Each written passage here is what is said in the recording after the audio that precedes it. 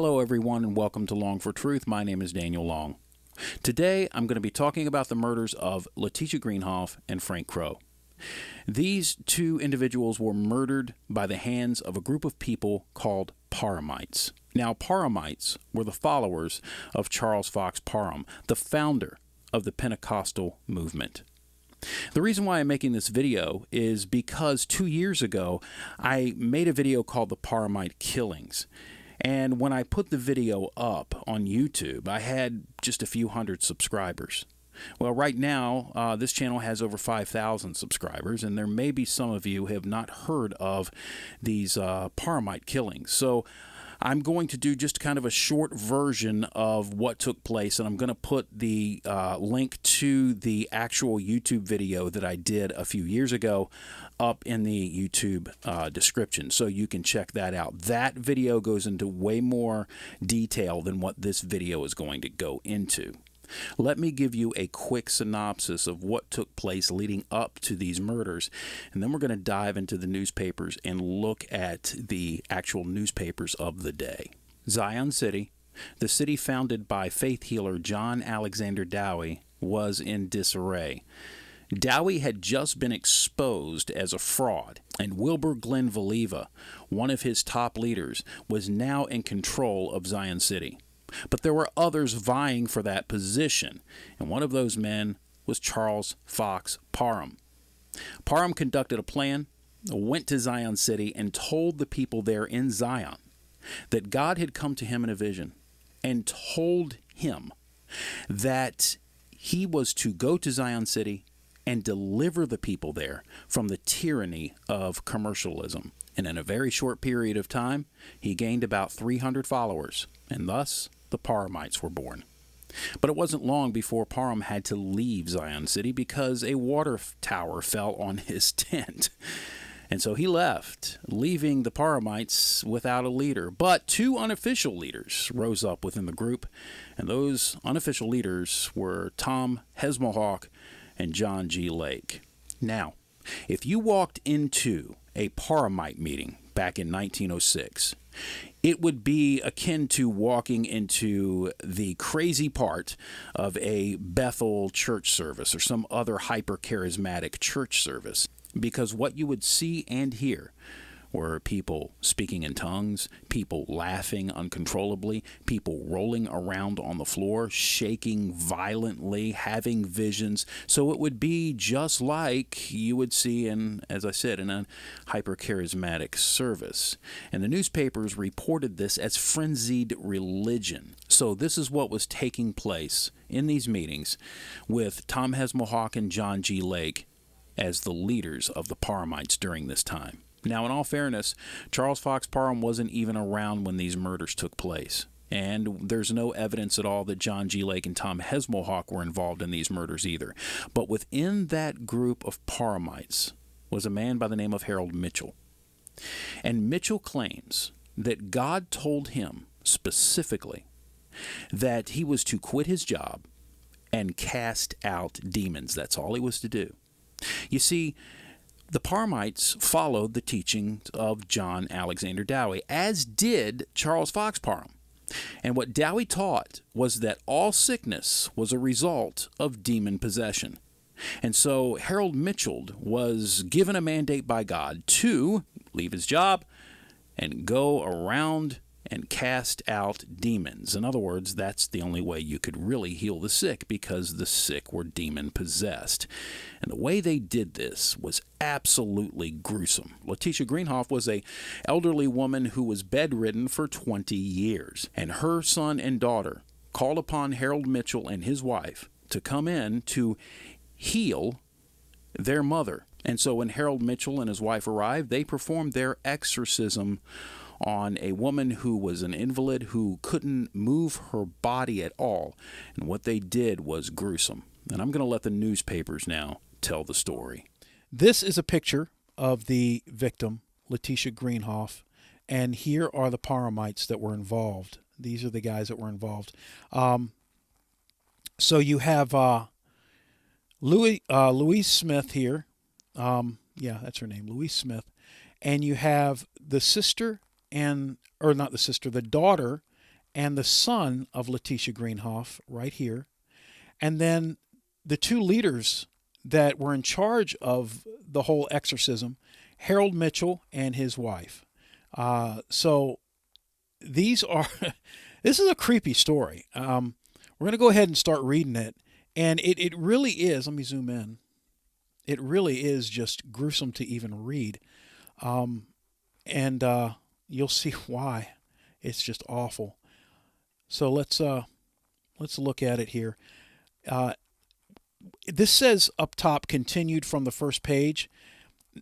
There is no first page.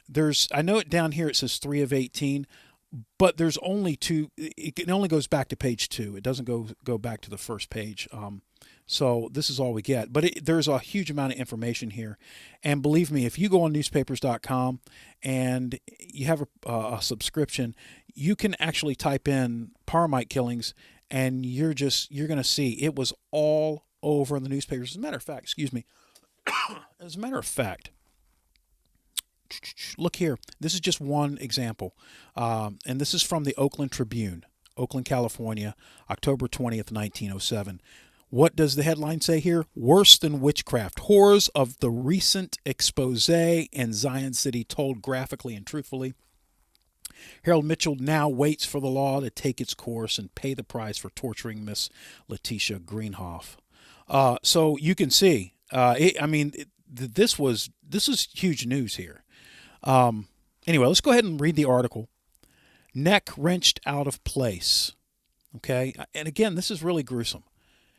Each arm cracked as it was bent away from the body where rheumatism had kept it locked for years. This woman had been an invalid, by the way, for 20 years.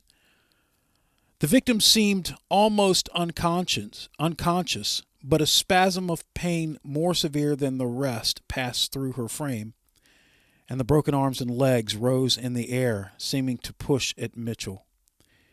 He covered her head with a pillow, and as the motions ceased, he removed it, and seizing her by the head, gave her neck a severe wrench that dislocated the vertebrae. The body sank motionless. They continued working at the senseless muscles until they saw no response was given. "What is the matter?" asked the son. "She is sleeping," replied Miss Mitchell. "The demons have been cast out and she will be well again." They waited again, and Mitchell answered the son's demands with a statement that she would walk out of the door at supper time. The hour passed and there were no signs of life in the body. When the father and husband walked into the room, he had heard the screams and loud noises in the room, but believed them only an unusually fervid demonstration. He too was satisfied with the explanation that she was asleep. And then the second part, or another part here, attempt to conceal murder. They left the room, and at Miss Mitchell's direction, the son returned to the room and kissed his mother's lips. They were cold, and in terror, he ran out to insist that the others come and examine her. After protesting for a half hour, Mr. and Miss Mitchell admitted she was dead. Heartbroken, Walter ran to his father and told him, begging forgiveness. Silence was all that was promised. And Thursday morning, a local undertaker was persuaded to take the case and embalm the body without notifying the coroner of the conditions he found, which is why, by the way, they say that there were probably at least 12 more murders, because this undertaker never reported these murders.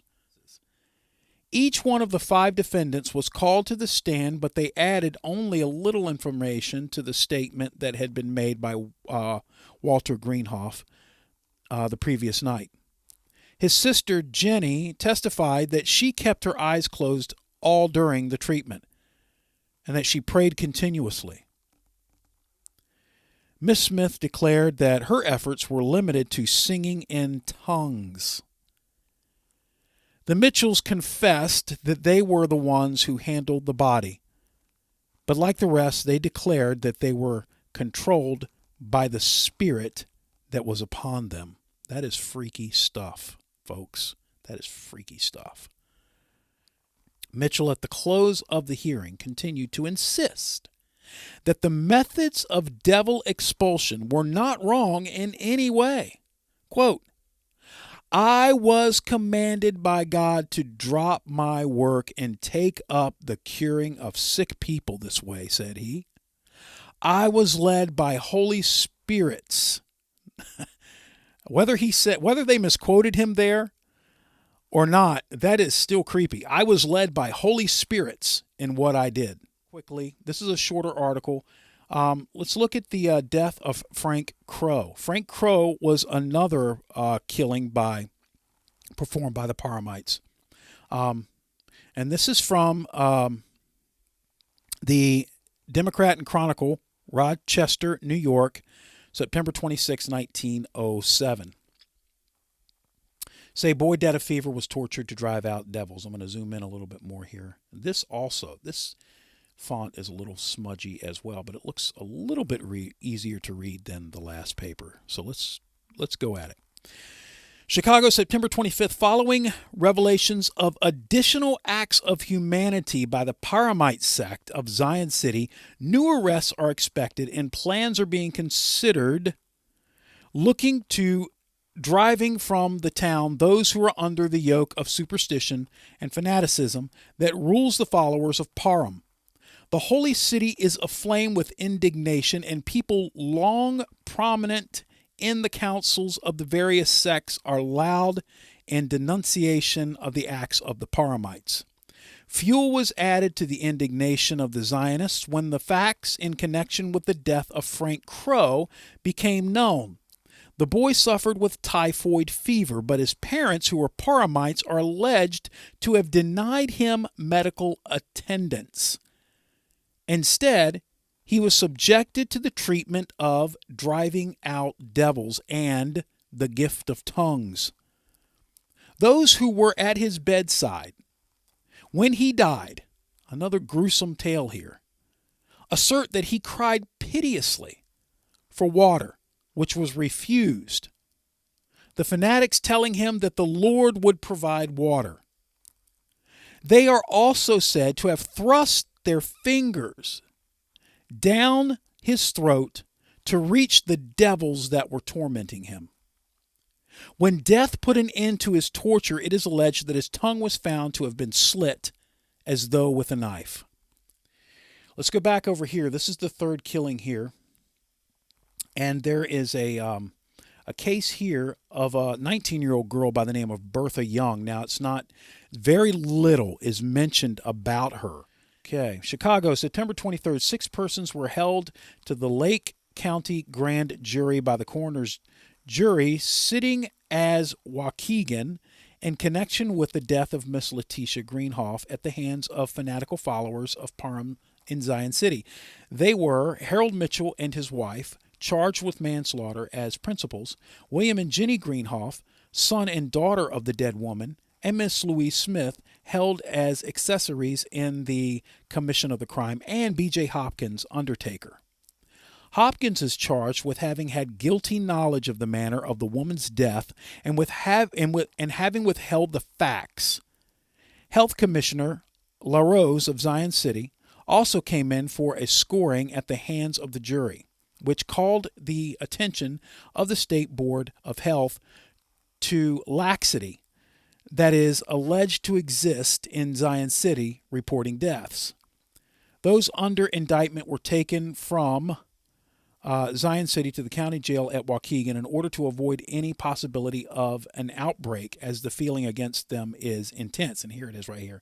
The case of Bertha Young, 19 years of age, who recently died in Zion City, is under investigation. And so there's a couple of articles that mention Bertha Young, but I can't find any details about her death. But she was also one of the victims of the Paramite killings. So let me ask you a question. Why is it that you never hear modern charismatic and Pentecostal leaders talking about this gruesome event? Could it be because they've just never heard of this event, or perhaps they just want to sweep it under the rug because it would just be too embarrassing to talk about? Well, I don't know why, but this I do know. When you put the Bible aside and you start relying on your feelings or on inner voices or on dreams and visions, things like this can happen.